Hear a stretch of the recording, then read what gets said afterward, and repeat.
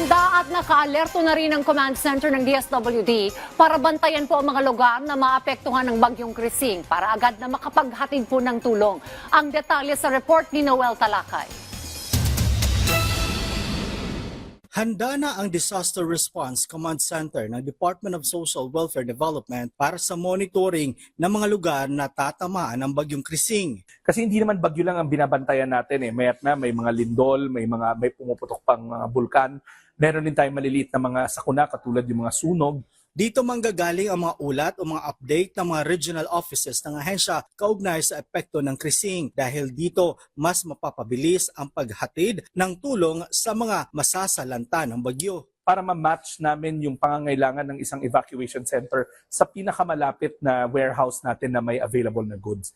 Nandito ako ngayon sa loob ng Disaster Response Command Center ng DSWD at kung makikita nyo sa aking likuran, hands on deck na ang mga tao dito, ang kanilang mga tauhan para i-monitor ang mga lugar na tatamaan ng bagyong Krising. Ayon sa DSWD, 24 hours na ang kanilang operation dito. Walang uwian to hanggang sa dumaan ng bagyo.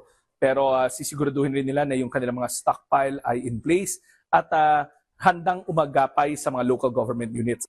Ayon sa DSWD, naka-preposition na ang mga family food packs at non-food items sa Region 1, Region 2 at Cordillera Administrative Region. Ready to deploy na sa mga local government units kung kakailanganin ng augmentation ng kanilang ayuda. Nagdeklara na rin ng Red Alert ang DSWD upang ma-activate ang response cluster ng ahensya para ma-monitor ang sitwasyon ng mga lugar na tatamaan ng Krising. Kasunod dito ng pagdeklara ng Red Alert status ng National Disaster Risk Reduction and Management Council bunsod ng pagtama ng bagyong Krising sa bansa. Noel Talakay para sa Pambansang TV sa Bagong Pilipinas.